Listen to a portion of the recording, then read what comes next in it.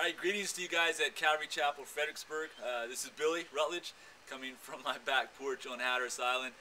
Man, I just really miss you guys. I enjoyed it so much last fall, being able to come and do your men's conference and then preach on Sunday. It was a real privilege, a real honor. Your pastor, Mark Ramirez, is a man that I hold in such high esteem in these last days when pastors are really preaching watered-down messages and worried about people's checkbooks. He is one of a kind, and you folks are so lucky to have him. There's another guy who's a one-of-a-kind type of fellow, and he's coming to you today. His name is Brigadier Siachitema.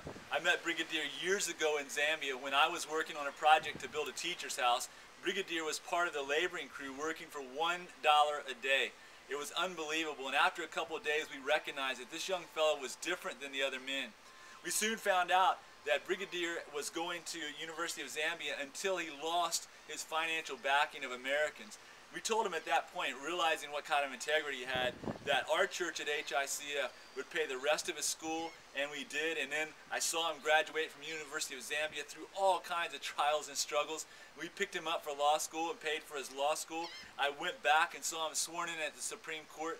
Just unbelievable, the tenacity of this young fella who was actually raised deep in the bush in a grass hut. He knows abject poverty. And even now today, living in Zambia, in Lusaka, he doesn't choose to be a rich lawyer. He could be working for all kinds of money, and he has won every case in 4 years of his law practice. He's won every single one of his cases. He's become a famous figure within his own organization. People know his reputation. He stood before the Supreme Court and argued cases.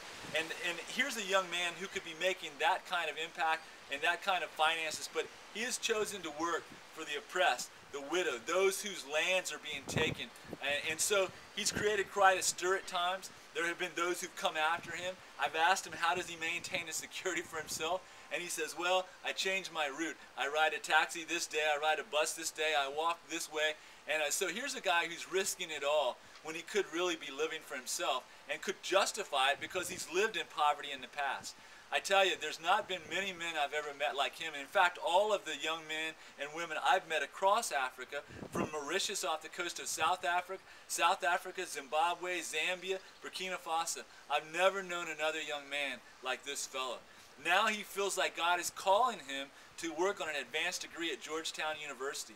It's a 10-month program, and he believes when he has this, he'll be able to go back and have massive impact in his country on the political level and chase after corruption, chase after sexual offenders that he fights against now on a hand-to-hand combat kind of situation in court.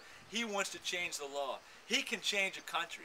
We could support missionaries, we could send money to orphanages, but I tell you, we've never had a chance to impact a country like we have right now through this one young man. I've never known a fellow like him. This is a guy who grew up hunting. He was one of the best hunters in his tribes, chasing down animals, kudus, which are huge, and taking them down with a knife.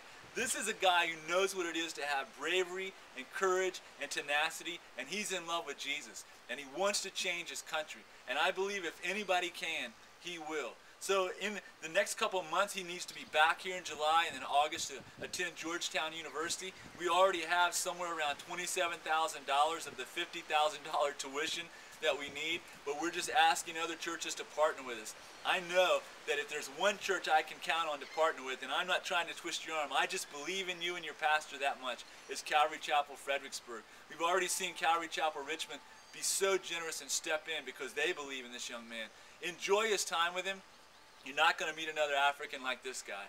I believe in him. I love him. I feel like he's my brother.